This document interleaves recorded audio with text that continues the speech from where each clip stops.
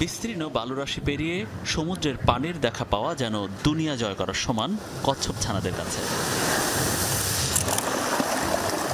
Saint মার্টিনের সৈকতে মন ভালো করা এমন দৃশ্য এখন প্রতিদিনের। হাজার হাজার পর্যটকের ভিড়ে যা দেখা অসম্ভব।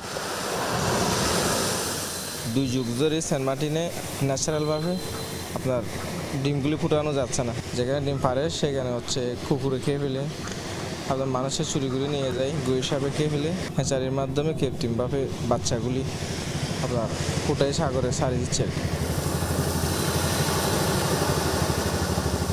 বাংলাদেশের একমাত্র প্রবাল দ্বীপ সেন্ট মার্টিন নানা অনিয়মের কারণে হুমকির মুখে ছিল এখানকার পরিবেশ। অন্য সময় বছরে পর্যটকদের জন্য খোলা থাকত 4 মাস। এই মৌসুম থেকে মাত্র 2 মাসের জন্য খোলা রাখার সিদ্ধান্ত সরকারের। সে অনুযায়ী 31 জানুয়ারি থেকে 10 মাসের জন্য পর্যটক নিষিদ্ধ করা হয়। বন্ধের প্রায় 2 মাস পর অনেকটা ইতিবাচক পরিবর্তন দ্বীপটিতে। সৈকত জুড়ে নেই তেমন কোনো প্লাস্টিক, সৃষ্টি হচ্ছে নতুন নতুন প্রবাল, আবার প্রবালে জন্ম নিচ্ছে সামুদ্রিক উদ্ভিদও। জীববৈচিত্র্য পেয়েছে নতুন প্রাণ। পরিবেশটা আগের থেকে একটু ভালো হচ্ছে, মানুষের আনাগোনা কমেছে এবং এখানে আপনার পাখিরও আনাগোনা ভালো দেখা যাচ্ছে। শামুক ঝিনুকের সংখ্যা আমরা দেখছি সমুদ্রের পাড়ে অনেক বেশি শামুক ঝিনুকও আছে এবং কাঁকড়া, যে সমস্ত লাল কাঁকড়া থেকে শুরু করে বিভিন্ন ধরনের 40 থেকে 50 প্রজাতির কাঁকড়া আগের থেকে অনেক বেড়ে গেছে। তবে কষ্টে আছে এখানকার মানুষ। পর্যটক বন্ধে সেন্ট মার্টিনে যারা পর্যটক কেন্দ্রিক ব্যবসা করে, গত 2 মাসের আয় দিয়ে সামনের 10 মাস কিভাবে চলবেন সেই দুশ্চিন্তায় তারা। আবার যারা দিনমজুর, তাদের অবস্থাও বেশ নাকাল। আপনাদের যে 2 মাস ব্যবসা দিয়েছে, এই 2 মাস নিয়ে আমাদের চলা খুব কঠিন হয়ে যাবে। আমাদের তো একদম টাকা দান নিয়ে চলতে হবে, এটাই তো বাধ্যতামূলক। সামনে তো এই জেলেও বন্ধ হয়ে যাবে, 58 দিন বন্ধ আছে, এগুলোও তো প্রায় বিঘাট জমবে এখানে। এই অবস্থা নিয়ে মানুষের খেতে গেওয়া মানুষের খুব অবস্থা। মরার উপর খাড়ার ঘা এই মৌসুমে তেমন মাছ উঠছে না সাগরে।